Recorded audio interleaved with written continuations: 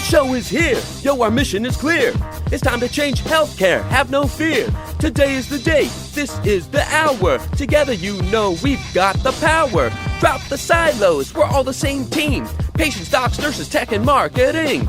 How can anyone be satisfied with the way things have always been? Yeah, we've tried. So join us now. Join the revolution. Digital health is the evolution. Status quo, more like status no. Yeah, this is the healthcare rap. Y'all come on, let's go.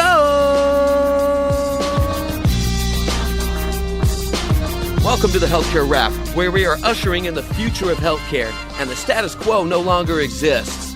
Where we are challenging assumptions about marketing and technology, and we check yesterday's thinking at the door. Where truth drops like an atom bomb, and knowledge flows like Niagara Falls. Each week we challenge assumptions that have been holding back healthcare marketing, and explain how we can do better. Join us. This is the Healthcare Rap. Welcome back. I'm your host, Jared Johnson, and thanks for joining us this week. On the Healthcare Wrap, we talk about the new digital transformation of healthcare that's happening right here, right now, right in front of us. The healthcare experience is finally becoming about consumers and innovation. If you want to be a part of it, then this is the place for you. We're going to help you find your place in this new movement, and you are going to be one of the ones leading meaningful change. Each week, we speak with leaders who are part of the movement. We share tips on shifting the way that healthcare is experienced digitally and the backstage strategies to stay ahead of the curve in your marketing, operations, and technology. This is episode number 136. We're now in season 4, which is all about digital innovation and career guidance. One resource we provide to help you become an agent of change is the Shift.Health Content Network, which is an influential thought leadership platform that currently includes 25 podcasts and video series. One of my favorite series on Shift.Health is The Resilience Journey. This series was created for everyone who's struggling with an unexpected job change, a derailed career plan, or unfulfilling work. Join me as I uncover the unexpected moments in the career journeys of admirable leaders by digging into the moments in their careers that we don't often hear about. The first season is free and available on demand, so go subscribe and check that out today. So here's what's going to go down today. We've got the Flava of the week about the benefits that can come when we realize marketing isn't the only use for all the content that we're creating. Then speaking of the resilience journey, the rest of today's program is taken from the first episode of that series. You'll hear my exclusive interview with Joe Pulizzi, the founder of Content Marketing Institute, of Content Marketing World, and best-selling author, and just friend of the program. I have followed him for years, and there were still things that he shared in this interview that I've never heard before. So let's get to it. Are you ready? Let's go.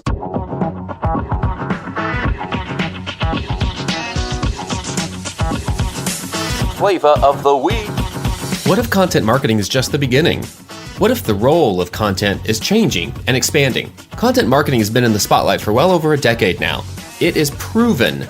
As Joe Pulizzi and Robert Rose have said on more than one occasion, the case has been made. Content marketing is the strategy of consistently delivering value to an audience with no expectation in return. It's seeing the audience as the asset to build, not a transactional throughput to a sale. Well, an immediate sale anyway. The best brands that are the best at content marketing do it so well that it has illuminated other facets of how content can be used. Here's what I mean.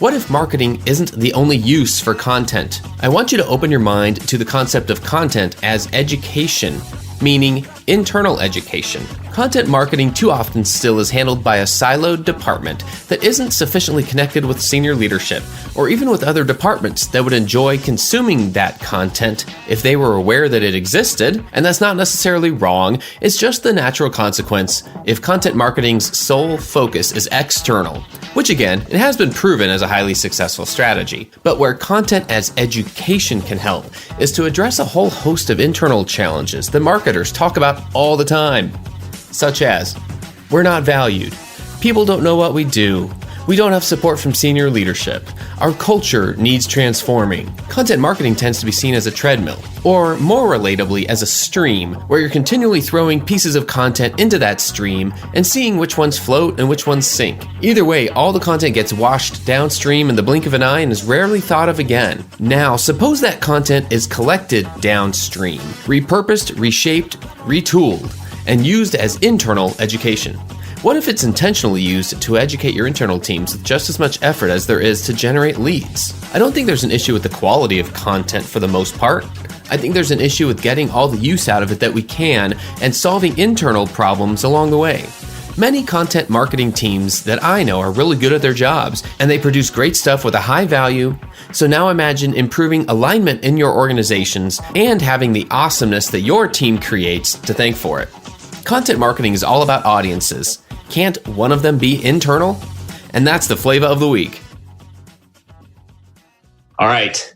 Somehow the universe lucked out and the stars aligned, and I'm here talking with Joe Pulizzi today, the author, podcaster, marketing speaker, entrepreneur, and one of this guy's personal heroes just as a career content marketing professional. So I'm delighted to have Joe on the program today. Joe, how the heck are you? You're too kind. I'm doing great. I mean, of course, spending a lot of time at home, which is good, adjusting to some things, tough times for a lot of people out there. But, it's interesting. You can look at it a lot of different ways. I guess I'm hopeful, kind of like my kids are hopeful, that 2020 could be a great year. When we look back, that's what I'm hoping, right? I'm hoping we look back on 2020 and we're like, boy, it was horrible at the time, but a lot of change, a lot of good change happened. So that's what we can hope for. That's all we can do at this point. Yeah, we can only hope. There are 99% of things we just can't control anymore, and we probably never could, but now we know for sure. Now we know for sure. Yeah, 2020 taught us all a pretty good lesson here. So. Well, I'll tell you what, one thing I hope 2020 teaches us about is resilience. Yeah. And, without giving away too much of the theme of what we're going to talk about, that's really the focus of it, because setting this up, I was telling you beforehand, I've heard from a lot of people. I can't imagine how many people have reached out to you, to others. I'm a scale of 1, right? But people have said, hey, I just got furloughed. I just got laid off. Yeah. I've never thought about this point. I didn't expect that. And what's step 1? I'm kind of at a low point right now. What's step 1? And so I wanted to kind of bring them, those who have really gone through that for an extended period of time, for a large part of their career, and have risen so far above it and have gone through that whole process at much more than a scale of 1. And so that's why I was delighted to just have you on the program. It's interesting. I think you can look at a lot of what's going on as a fresh start. You can almost give yourself permission to make some changes because they're the best for you and best for your family. And a lot of times we don't allow us that. We think, okay, this is the career path and this is what we should do. And this is how marketing organizations behave. But I think a lot of that you just have to throw away. And you have to say, okay, I get one life. I get one shot at this thing. So what do I want to do? What kind of decisions can I make? How can I not be so reactive? How do I make a decision and stick with it over a long period of time? And, we were talking right before about how similar a lot of the things that are going on is specific to marketing, business owners and marketing, from what happened during the Great Recession, where you have companies that are battening down the hatches, where you have a lot of fear going on, and that creates huge amounts of opportunity. So think about it this way: when if you invest in the stock market and the stock market is going up, all the stuff, an investor's like, okay, great, it's going up, whatever. But when the stock market goes down, that's when you get the real investors that see opportunity, because there's value opportunities out there. There's people that are selling out of fear. That's where we're at right now.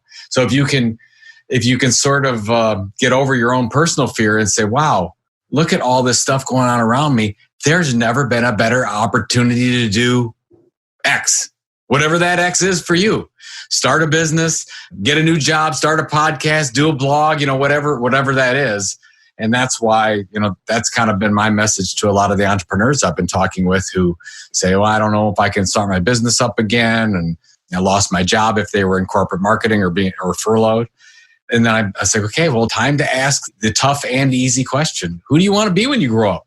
What do you want to do? Now's the time to jump all over that, because there's never going to be a better time than right now. Yeah, you've asked yourself that more than once in your career. It feels like there's a lot of reinvention that has taken place. And if people don't realize the backstory of Content Marketing Institute, and that started from zero. At one point, there was a day when you were employee 1, this thing got started somewhere, and it was not during an easy economic time either. Let's go back to that, in terms of those very early decisions. You couldn't have been stuck there for too long to say, yeah, I don't know. All I see are the negatives. There had to be a point early on where you saw an opportunity and decided to pursue it. Well, I think that there's I could talk about this for an hour, and I have, so I'm not going to bore your listeners about this whole thing. But the shorter story is, I'd always wanted to start a business. I was in publishing and marketing. I always wanted to start a business. Talked about it with my wife all the time. So this is in 2006. And she said, look, are you going to just talk about this, or are you going to do something about it? Because I was just talking about it incessantly. And I said, okay, what I'm going to do is, we made some deal at the end of 2006. And I said, by the end of March 2007, I will have started a business. I will have left my publishing job. And on the last day of March in 2007, that was my last day at the publishing company where I was vice. I had a good job. I was vice president at the time. I was pulling down 6 figures. It was great. But I really felt that I could do more. I wanted to do more. I wanted to be around more for my kids, who were 4 and 6 at the time. So I said, okay, we're going to start this thing. So on April 2nd, 2007, we started what ultimately became Content Marketing Institute. But if you know the April 2nd date, that is the date that New Century Financial declared bankruptcy. That was the first domino that fell for the Great Recession, what we now know as the Great Recession, and all the bankruptcies and Lehman Brothers. But the first thing that happened was on the day we actually launched the business. So we were trying to build this audience and do this thing around content marketing, which nobody even knew at the time. In 2007, 2008, 2009, arguably, well, at least at that moment, it was the worst financial time that I'd ever known, that I'd ever seen. I mean, most of the people that I work with, they were unemployed. They were looking for a job.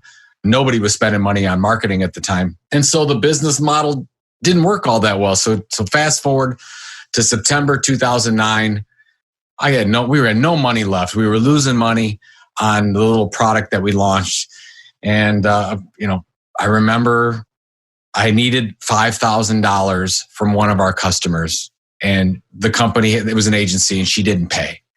And I thought there was some kind of mistake, because it was the best case study we had. We delivered her a multi-million-dollar project. And I said, well, of course she's going to re-up into our program. We had it was like the eHarmony of content marketing. We matched brands and agencies up online that wanted to do content marketing projects. And her name, I won't say her name. Let's say her name's Sue. So I call up Sue. She's the CEO of the agency. And I say, hey, there must be some problem. Your credit card didn't go through. Can I get your order right now? And she said, Joe, I'm sorry, we're not going to re-up. And I'm like, are you kidding me? I mean, this is like 5,000% ROI you got on this. How could you're not going to re-up? She says, yeah, we think we can get better ROI somewhere else. I said, really? I said, if you can't, tell me what that is, because I will sign up for it. I mean, I can't give you better ROI than delivering the project we delivered to you. Long story short, she said no. And I felt completely sorry for myself. I'm like, okay, I spent 2.5 years on this thing. I'm a complete failure. I wasted all this time. This is terrible. I remember I went out in the backyard and just completely felt sorry for myself. So after a couple of weeks of that, feeling sorry for myself, for whatever reason, I started to look at our blog subscriber feedback. So I'm going through my email and I'm looking at comments and whatever. And I start seeing, Joe, is there any training associated with content marketing that you would recommend? Joe, is there any events around the practice of content marketing that you could recommend? What would you do? Joe, can you and your team come in and do some consulting for us around content marketing? And that's when it finally hit me. I'm like, oh my God, I've been trying to sell this little teeny product, focused on this product that I fell in love with, when the audience that we were building were asking for other things. They wanted something completely different. And then so I got excited. I think I was drinking at the time because I had a cocktail napkin. So I took the cocktail napkin. I wish I still had it. But I remember I drew down, I said, okay, we're going to we're going to pivot on this business model, and we're going to create the leading online destination for the practice of content marketing. We're going to create the largest in-person event for content marketing and the leading industry magazine for content marketing. And so that was September of 2009. So totally readjusted everything. By the way, had no money. Begged, borrowed, and stole from our partners just to figure out how we could do this. May of 2010, ContentMarketingInstitute.com was born. In January of 2011, Chief Content Officer Magazine was created.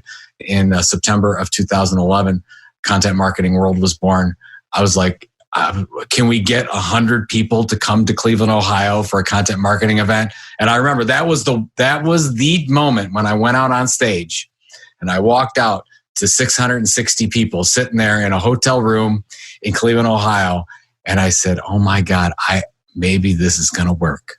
That was the first time. So that was 4.5 years from start to figuring this thing out. So long story short, we went through the Great Recession.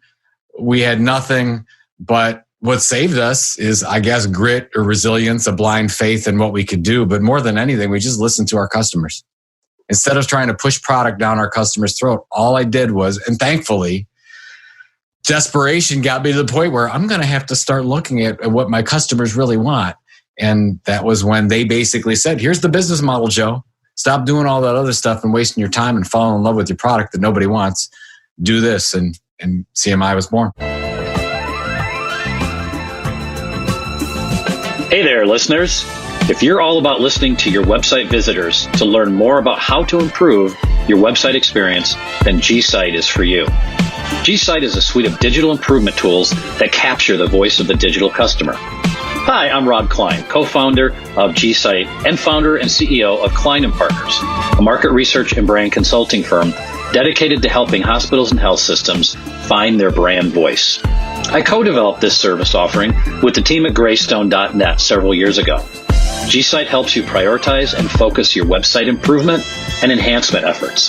It's a suite of solutions including a pop-up website experience survey tool, a user-friendly dashboard and reporting tool, a user behavior tracking tool, expert consulting services, and more. What if I told you that 8% of your visitors have a new negative opinion of your brand after visiting your website? Now multiply that number by the total number of annual visitors. Does that number scare you? If so, go to www.greystone.net/G-Site to learn more about how we can help and sign up for an introductory overview. Hope to speak with you soon. So it feels like, when we kind of dissect the resilience part of this, I mean, the story has so many different implications, I feel like, because I could take away from that, just keep on going and things will work out. But that was constant work and readjustment by listening to your audience. Yep. And that reinvention component of it, I don't know if that's always talked about or thought about from people. It's usually like the grit part is like, I'm just going to stick it out, meaning I'm going to stick to my original vision. And the fact is, like, the world changed around that original vision. And by being able to reinvent some along the way, that's partially, it sounds like partially what ended up succeeding. And so, tell me about that part. Like, how did you know when to pivot at all? The good news was that we did the content marketing approach correctly. On April 2nd of 2007, my first blog post was why content marketing. First of all, nobody used the term content marketing at the time. I thought there was an opportunity in reframing the story around custom publishing and custom media, targeting it to marketers and saying, look, you want to build your own audiences. You need a lot of content to be found on Google and to put in all these social media pipes. Let's rethink this content marketing as a thing. So that really helped us. And basically 3 times a week for 3 years, we put a blog out there that was all about answering our audience's questions and how they could, become a content marketing. What does it take to be a successful content marketing professional? And actually put the content marketing manager and chief content officer in those positions and getting them out there like they actually were a thing, because at the time they weren't. So it was that consistent delivery of valuable content targeted to a specific audience. And that audience was marketing professionals at larger enterprise companies. And we just focused on that mission and hammered it over and over and over again. And it was the blog and the e-newsletter component. And luckily over that time, I think by the time Content Marketing World was launched, we had like 30,000 opt-in email subscribers, which is now like 250,000 or something like that. But at the time, 30,000 was very, very significant B2B audience. And so we did that right. Well, what I did wrong was I focused on launching this product when I could have shortened the cycle. Maybe I would have realized it in 2008 and 2009 that, look, first build the audience. That's, it's kind of what we teach. And then once you build that audience, you can monetize that audience in a number of ways.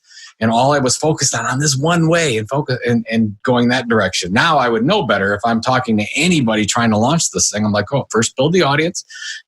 You might have an idea of what your products and services are, but you won't know until you build that audience. They will tell you. They will vote with their dollars which ones they think are going to work. And that's where I made the mistake. And almost the traditional model of product first.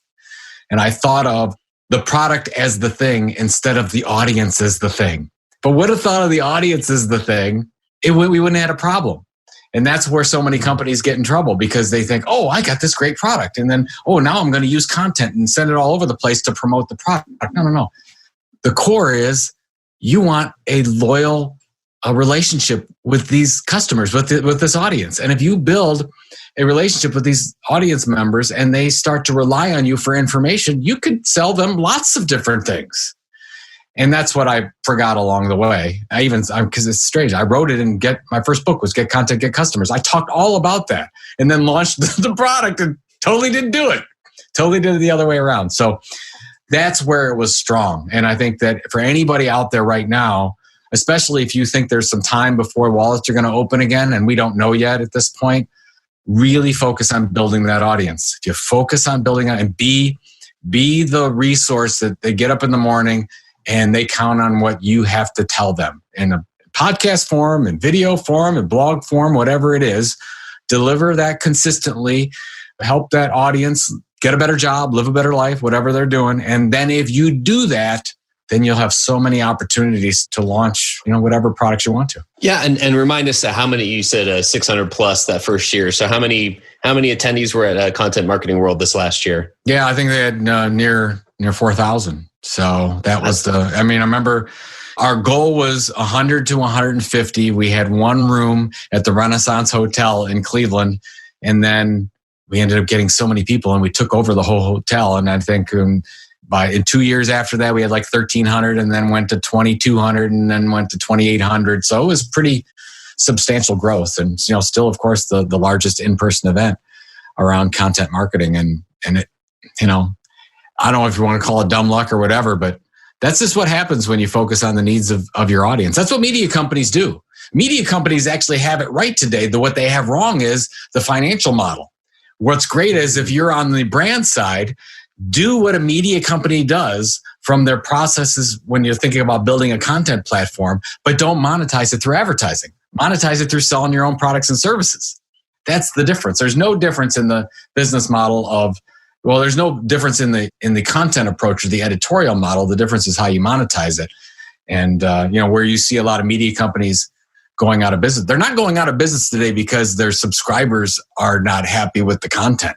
They're going out of business because they never figured out the monetization plan. Let's dive into that part a little bit, because I feel like when we talk about opportunities today, there are opportunities with branded content, with becoming the media arm for a brand, which is something you have talked about for many years. And it's a model that I have seen opportunity in as well.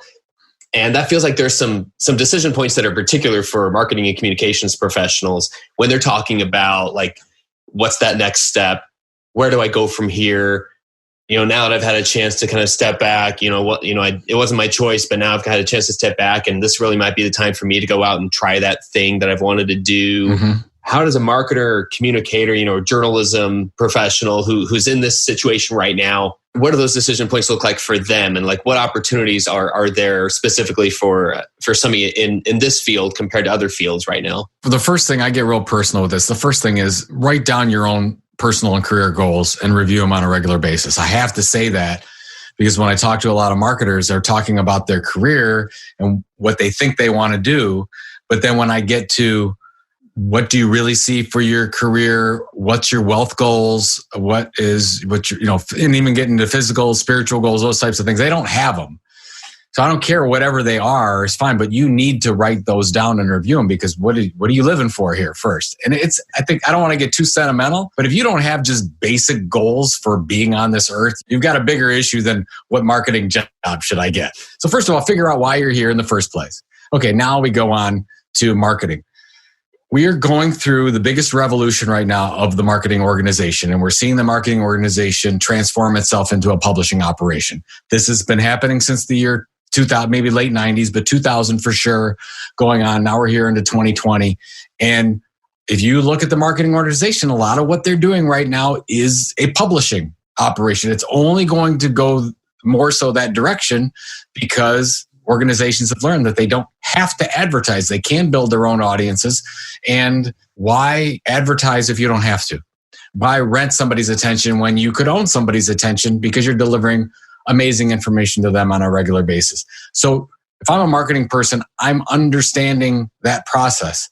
Probably the biggest issue that marketers have no understanding of right now and will be a core role of theirs in the next 5 to 10 years is mergers and acquisitions. If you don't understand that you don't have to build a content platform, that you actually could purchase one, that's the first thing. Most CMOs I talk to don't even think we can do that? Like instead of, like I could go buy a media company instead of going and spending 3 years and putting blood, sweat, and tears and creating one? No, yeah, you could actually go out and purchase one. Well, there's a lot that goes into the M&A process. I learned about it because I grew up in publishing, but marketers, if you didn't grow up in publishing, you might not ever know that you can buy a blog, you can buy an influencer program, you can buy an email newsletter list. You can buy these things as assets instead of having to build them yourself or rent them. So that's a huge thing. There's going to be people in the marketing organization that just do that they're just looking at, just like you have in your financial organization responsible for overall M&A, you should have one in your marketing organization as well. And you're buying assets, audience assets, or brand assets associated with a content brand. So that's where there's all kinds of opportunity because it's getting shaken up so bad. And you've got people that are saying, okay, I'm not advertising this year because of what's happened. You got all kinds of people pulling back. Well, I know it's bad for it. So if it's bad for you, okay, great. Spend your time and feel bad about it. But then get up tomorrow and say, wow, this has never been a greater opportunity than right now while everybody's battening down the hatches. I can go into that area. Now, whether that's launching your own business or bringing those skills and expertise to a marketing job. So if I was interviewing and I'm looking for let's say a chief content officer position or a VP of content position, and that person actually has knowledge about the M&A process, I'm looking for that. So those are things you can learn right now. I mean, it's available all over the web. You could learn about this yourself if you wish to. So these things are there for you to take if you wish to do so. So I'm just excited that we're finally starting to see this transformation. I call it the third stage of content marketing. First stage was after 2001, after 9/11, we saw the explosion of Google. Second stage was after the Great Recession. We saw the real explosion of social media. And now it's exactly what happened with the COVID-19 crisis, and everyone shut down and a lot of advertising programs were killed. And now you have this opportunity for these brands to build their own audiences on unlimited numbers of platforms if they wish to. And I think you're finally going to see, not that content marketing isn't a valid practice right now. Of course, it has been for me for 20 years, but a lot of advertising people don't see it that way.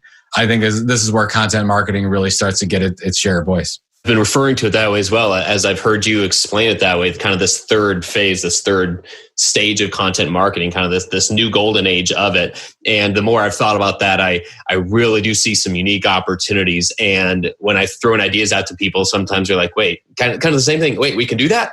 Like, we can do that now? Yeah, absolutely. And I want to dive into the reinvention part a little bit too. Just a couple of examples for you recently. Becoming a fiction author, and then reviving a podcast that had been beloved by many people. Having it go on hiatus and then coming back. So let's start with that, and then we'll get to the will to die. Sure. What has that been like? Restarting this old marketing after having done it for a long, long time, hiatus, and now it's back. I don't know if the listeners know the rest of my path, but it worked out very well with Content Marketing Institute. My wife and I owned it. We sold it. The Content Marketing Institute in 2016. I stayed on until 2018. So by January 1st, 2018, I was done. I was like, okay, did my thing, sold the business, incredibly happy, and decided to take a full sabbatical year. And the hardest decision that I made is I was almost considered keeping it going, but I'm like, no, I want to give this full year sabbatical a try. I really want to spend some good quality family time. I think a lot of people don't get this opportunity. I want to take it, go all in. and decided to stop podcasting with my good friend and colleague, Robert Rose, on This Old Marketing. And so took the year off. And then as we were getting into 2019, I had the itch. I missed, to be honest, not to get too sentimental on the whole thing, but I miss talking to my friend every week. And that's all that's where we found time. We had two friends talking for an hour about crazy marketing stuff for a week. And I wanted to have that back. And we tried to get together on calls, but life happens or work happens, and we just didn't schedule it. And I talked to Robert. I said, well, how about we just do the podcast again? And then that way we at least talk every week or every other week. So we started again, and it's been great. It's funny. There's still a lot of people that don't realize we're back on, and we've been back on here for 8 months now, 8 or 9 months. We've been doing the podcast, but it's been nice to come back. Same format, covering the news. I actually thought that somebody else would do a show like that, because it was a regular news show about what's going on in the content marketing practice. And I'm like, okay, well, if we go off the air, Robert, I'm sure somebody else will cover the news. Nobody else did. Like, there was still that content gap. So I'm like, okay, do we need to change? No, let's just go back on, because nobody's doing it. And people are asking, like, they want their news briefs about what are the 3 or 4 stories that are of interest in our practice area. So that's the story of getting back going again. And it's nice to sort of get part of the platform back. And it's just fun. It literally is. That's why what's great about content marketing too, because you can just choose the things that are fun, that also help your audience, and you don't have to do everything. It doesn't always have to be work related. If you find a little bit of passion there, you're probably going to more likely to get up in the morning and be excited about that and put out some amazing information for your customers. That is a piece that has been missing for people, especially in B2B audiences. They just haven't realized that. They're like, no, it's got to be fully professional conversation about everything, and we're just not going to dive into anything. And I've realized that. Yes, we've gone. You're right. We've sort of gone the other way. We've sort of gone where let's be authentic is overused, but I'll use it for, I can't think of another word, but real. Just be real. Just be human. And it doesn't have to be the stuffy stuff. It can come from an individual. It doesn't have to come from a corporate email. You can give your team a little bit more liberty to be themselves and to have a personality. That's when good things can really happen. Yeah, for sure. It's nice to have seen that. And I remember the day that at least a couple of friends realized that This Old Marketing came back on, and they were texting me like, do you know it's back on? It was funny. I'm like, well, all right, I'm back. I'm going to listen to it too. I'm going to check that out. Then the book. How has the book been? So, book is the book, The Will to Die. It's a marketing mystery, marketing thriller.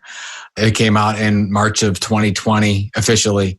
It's been a great experience. Probably the most challenging thing career-wise that I've ever done. I mean, I've written 5 nonfiction marketing books, which were not easy to write, but they weren't like this. This, character development and making up some of this stuff has been crazy. Although it was built on a lot of my experiences. Of course, the main character is a marketing agency guy who owns a marketing agency with his friend, and they sort of fall into a murder mystery, and they have to figure it out. And it revolves around a funeral home. And my family came from the funeral industry, so I know that industry really well. Kind of mashed those two together and put a story in. And it's something that I always wanted to do. Honestly, I wanted my wife to read one of my books. She's never read any of my marketing books because she said, I'm not going to read something that's boring, because she doesn't like marketing. So she's like, okay, if you put out something that's not boring, I will read it. So I'm like, okay, she likes thrillers and mysteries. So I ended up writing a mystery. It was absolutely for her. It's for Pam on the first page, turn it over, and it says for Pam on it. And luckily it's got some good reviews. It hit some bestseller lists, and it's been fun to do something different. I mean, that's when I'm very lucky. I think about it a lot, that I have an opportunity that a lot of people don't have, that I could sit for 6 to 9 months and focus on writing a fiction novel. So it's been great. Well, it's not something that you've looked into. You have absolutely willed your way into that and have reinvented yourself all along the way. And those are all pieces, I think, that are takeaways about your journey. And as we kind of bring that back to just this thought of career resilience for those who are just wondering kind of what that first step is, I'm going to give you final thoughts, final say here. In how do you summarize that? What's your final word to people who are in this situation? I mean, there's been a lot of amazing mentors and people that helped me through getting to the point where I felt like I was successful career-wise. But the thing that changed me from a behavior standpoint, and I talked a little bit about this, is every morning I would wake up and I've got 6 categories of goal setting. And, one's, okay, what's my career goals, my wealth and financial goals, my spiritual goals, my philanthropic goals, my physical goals, my family goals. And I have 2 or 3 measurable goals under those. And that's how I start my day. So I read those and then I spend the rest of the day making sure I'm on point. Am I doing the things during the day so that I can start to cross some of these goals off the list or take these goals to the next level? And I don't know a lot of people that do this. It's just basic. You read any success book and they'll have something about setting goals and reviewing them on a regular basis. But I can tell you that most people do not do this, but the most successful people do. And I've just said, successful people do. Bill Gates, Warren Buffett, they do these things. Okay, I'm going to do this on a regular basis. And I think those types of things, even when it got really bad in 2009, where I thought, this thing is definitely not working. The fact that I was reviewing this on a regular basis, and I knew as part of my goals that I didn't want to go back and work for anybody else. That was one of my goals that I'm like, okay, you're an entrepreneur. Act like an entrepreneur. You're not going to go back. And that's one of the things that kept me in the game until we turned it around. So that would be my advice for you, marketing related or personal related, is write down those goals. Take a few weeks and really figure out what you want to do instead of being reactive to the things that are around you. Because if you know what you're going to do when things like COVID-19 and a recession happen, you'll see it not as something horrible, but as an incredible opportunity. But if you're not prepared for that, you'll be out in the wilderness not knowing what to do. That would be my advice, is set yourself up from that process and goal setting standpoint for when bad things happen around you. You're the one that stands up and says, boy, I've never seen more opportunity like this. And that's actually how I look at it right now. There's all kinds of horrible things going on in the world right now. We could talk about that on another podcast. But man, especially if you're in marketing communications, I've never seen more opportunity in it right now. And people need to know that there is that opportunity there and it's not all despair. So prepare yourself for that opportunity. Joe, thanks a million for the insights today. Stay safe, stay well, and thanks for giving me a few minutes today. Anytime, my friend. It's been a pleasure. Thanks so much to Joe for that interview, and thank you for listening. I hope you found some value in this episode, and if you did, I hope you'll tell me what you liked and what you didn't like so much. You can also subscribe, leave a review, and tell your friends. That would do so much to help grow the audience for this program. Healthcare Rap is a member of the Shift.Health Content Network. Go check it out at Shift.Health. It's podcasts and video series about shifting the way healthcare is experienced. So until next time, keep marketing forward. Thanks, and that's a wrap.